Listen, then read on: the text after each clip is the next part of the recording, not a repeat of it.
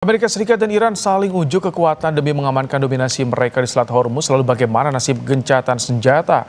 Untuk mengulasnya, kita sudah bersama dengan pakar militer dan intelijen, Stanislaus Rianta. Selamat malam, Mas Stanis.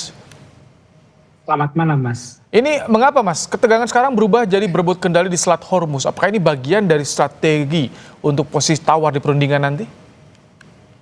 Ya, dalam sebuah perang itu yang pertama kali harus dihancurkan kalau suatu perang itu adalah center of gravity-nya, COG-nya. Nah, kita tahu pada minggu-minggu pertama Amerika menyerang Iran, maka yang diserang adalah pemimpin-pemimpinnya. Tapi ternyata itu tidak membuat Iran lumpuh. Membuat Iran lumpuh, bahkan malah Iran mampu membangun kekuatan masyarakat dengan emosionalnya itu mendukung Iran untuk melawan Amerika. Nah, sudah 1 bulan lebih kemudian ada jeda, maka Amerika memilih, saya melihat, menggeser COG-nya, center of gravity-nya, ke Selat Hormuz. Nah, ini kan menjadi menarik karena ancaman-ancaman Amerika untuk misalnya menerjunkan pasukan lintas udara, melakukan serangan darat, itu tidak terwujud. Dia menggeser ke Selat Hormuz. Nah, dugaan saya begini, ketika medan perang itu ke Selat Hormuz, maka Amerika di atas kertas harusnya dia lebih unggul. Karena dia mempunyai, ada negara dengan alutsista nomor 1 di dunia, sementara Iran itu sekitar 15. Tapi ternyata tidak. Iran masih mempunyai daya untuk perlawanan. Nah, ini menjadi menarik karena Selat Hormuz itu tidak hanya untuk kepentingan Iran, tetapi ini kepentingan dunia. Jalur transportasi 20% ada di sini dan dampaknya kemana-mana. Dan ini sekarang menjadi saling klaim. Amerika menguasai, Iran menguasai, dan kita lihat bahwa sebenarnya Amerika juga tidak fokus sebenarnya apa sih yang akan diraih atau direbut dari perang ini. Ketika isu pertama adalah tentang nuklir, sekarang sudah bergeser tentang Selat Hormuz. Ini Mas Stanis, karena kalau ketika bergeser menjadi ke eskalasi di Selat Hormuz, ini otomatis bisa melibatkan negara-negara lain. Karena tadi kita lihat banyak kapal yang disita, yang menjadi sasaran dalam adu blokade ini.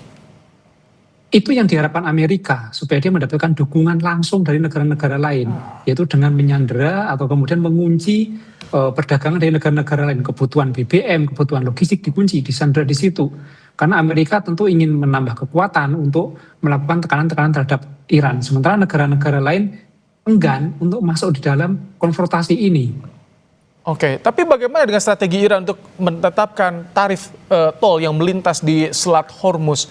Apakah ini bagian dari strategi atau seperti apa menurut Anda? Ya, ini adalah di dalam prinsip-prinsip intelijen namanya cui bono, siapa yang diuntungkan. Iran mampu mendapatkan keuntungan dari peristiwa ini, membangun sistem transportasi baru, yaitu dengan membayar sewa atau membayar tol laut istilah mereka ya, dengan dana yang cukup besar. Dan Amerika nampak sekali berang dengan sistem ini, makanya dia melakukan perlawanan dengan blokade. Saya sudah menduga sejak lama bahwa ketika ini terjadi konflik di sini, pasti nanti akan ada sistem baru, tarif baru yang ini akan menguntungkan Iran. Jadi sebenarnya ketika Amerika menggeser medan perang menuju Selat Hormuz, Iran juga diuntungkan sebenarnya karena dia bisa membangun sistem baru di sini. Tapi kalau dari tinjauan di sisi hukum internasional ini, bagaimana Mas Stanis? Karena kan tentunya merugikan banyak negara di sana. Ya, ini kan tidak lazim kan sebenarnya akan memasang tarif seperti ini, dan nanti ini menjadi presiden buruk ketika nanti negara-negara lain yang mempunyai wilayah serupa, wilayah strategis serupa, itu bisa melakukan hal yang sama untuk memasang tarif. Ini akan mengacaukan sistem ekonomi dunia, termasuk logistik, transportasi, dan yang lain-lain. Ini makanya perlu dicegah. Tetapi untuk mencegah ini kan sama-sama keras antara Amerika dan Iran. Makanya tidak bisa hanya 2 entitas ini. Perlu ada entitas yang lebih besar. Misalnya negara-negara mau membangun koalisi atau membangun kekuatan baru untuk menekan ini. Harapannya sebenarnya ada pada PBB yang memang organisasi resmi di dunia. Tapi nampak dalam perang Iran-Amerika ini PBB nampak tidak bersuara. Oke, ini kan kemarin Trump mengklaim gencatan senjata sepihak atas Iran. Tapi dengan strategi yang diterapkan oleh Trump dengan blokade yang lebih ketat di Selat Hormuz, bukannya ini justru semakin memperuncing masalah? Ya, ini malah semakin meruncing. Dan ini dampaknya akan semakin buruk bagi perekonomian dunia. Tapi nampaknya memang Amerika kan melakukan coba-coba apa yang bisa dilakukan untuk menekan Iran. Nah, ini penyebabnya adalah karena Amerika itu tidak memahami karakteristik atau kelemahan-kelemahan Iran. Jadi ancaman itu bisa efektif jika lawan itu bisa dieksploitasi kerentanannya. Tapi ini nampaknya intelijen Amerika kurang kuat membaca Iran. Iran itu salah satu negara yang memang tidak bisa dibaca kekuatan militernya, intelijennya itu tidak bisa dibaca. Sulit sekali. Sehingga kalau di dalam hukum Sun Tzu misalnya, kalau kita mau melawan, mau berperang, maka kita harus mengenali musuh kita. Nah, Amerika tidak melakukan itu, tidak mengenal dengan baik. Makanya strateginya berganti-ganti.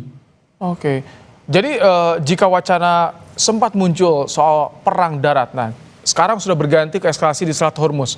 Sampai kapan ini akan terus terjadi? Pasti akan ada batas waktunya.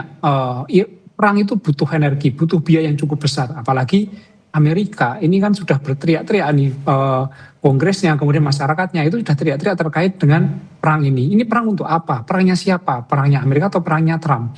Nah, saya melihat bahwa untuk permusuhan ini sulit untuk dihentikan atau dikembalikan menjadi situasi damai. Secepatnya itu sulit, perlu waktu.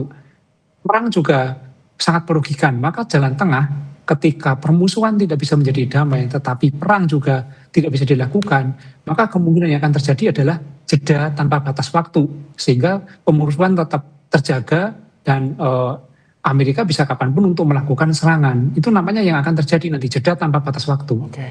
Jadi dengan respons Iran yang di luar kalkulasi Amerika Serikat ini justru nanti tentu akan menambah beban biaya Amerika Serikat, biaya perang Amerika Serikat. Ya, ini merepotkan Amerika Serikat. Merepotkan tidak hanya dari segi biaya, tetapi dari segi politik juga. Karena tekanan-tekanan politik juga semakin kuat. Apalagi nanti Trump akan menghadapi pemilu sela. Ini nampaknya yang harus segera diputuskan Trump untuk segera mengakhiri perang ini, tetapi tanpa kehilangan muka.